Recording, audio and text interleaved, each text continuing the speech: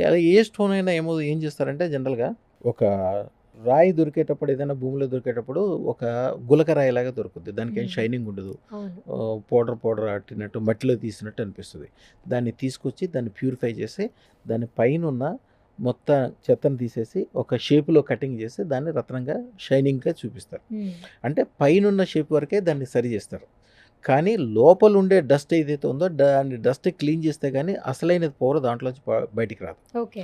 అలాగే ఒక్కొక్క రత్నంలో ఒక్కొక్క పోరుంటది. 5, 6 రత్నాల యొక్క పోర కలిపేటట్లు చేసేది అదృష్ట రత్నం. ప్రతి రత్నానికి పాజిటివ్, నెగెటివ్ ఉంటది గానీ అదృష్ట రత్నానికి నెగెటివ్ అనేది ఉండనే ఉండదు. ఇక్కడ మీకు దగ్గరలోనే కామినేని హాస్పిటల్స్‌లో ఒకాయన డాక్టర్ రమేష్ గారని ఉండేవాడు. ఆయన మన దగ్గరకొచ్చినప్పుడు ఒక గురువుగారి సజెషన్ ద్వారా వచ్చారు. మన దగ్గర ఒక రత్నం 1,16,000 పెట్టుకోమని చెప్పాము. దాని గురించి ఆయన పెట్టుకోవటానికి కొద్దిగా ఎనక ముందు అయ్యారు. ఎందుకంటే మనది 1,16,000 రత్నం అంటే ఆయన చాలా పెద్ద మనిషి. చాలా పెద్ద ఓనరు, పెద్ద వ్యవహారము. నేనింత చిన్న రత్నం ఎందుకు పెట్టుకోవాలని చెప్పి ఆయన వేరే చోట దాదాపు 12,00,00,000 ఖరీదైంది. ఆ రత్నం తీసుకొచ్చి పెట్టుకున్నాడు. పని అవ్వలేదు. తర్వాత వేరే చోట పెట్టుకున్నాడు. వేరేది పెట్టుకున్నాడు. 10 సార్లు ట్రై చేసిన తర్వాత చివరాఖరికి గురువుగారు నా వల్ల కాదు.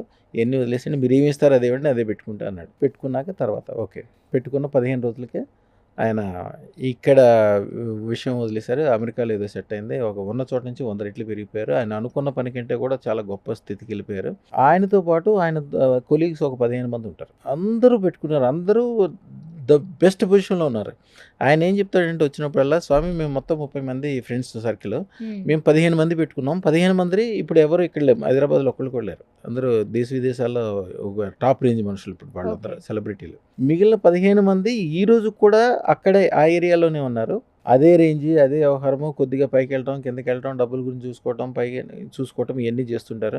ఆళ్ళకి నమ్మటానికి ఆళ్ళకి మనసొప్పదు. నేను ఏం చెప్తానంటే ఎవరికైనా దేవుడే నమ్మాడు. కౌస్తుభ మణి పెట్టుకున్నాడంటే దేవుడు నమ్మే కదా పెట్టుకుంది. అవును. అవును. విష్ణుమూర్తి కౌస్తుభ మణి లేడు కదా! అవును. లేకపోతే లేదు కదా! మనం వినాయక చవితి కథ చదువుతాము. సమంతకమణి కథ లేదు. సమంతకమణి కథే కదా అది. అవును. రత్నాలనేయి సముద్రంలో పుట్టినయి, లక్ష్మీదేవితో పుట్టినయి ఎప్పటినుంచో ఉన్నాయి. ఇప్పుడు ఈ రోజు కాదు.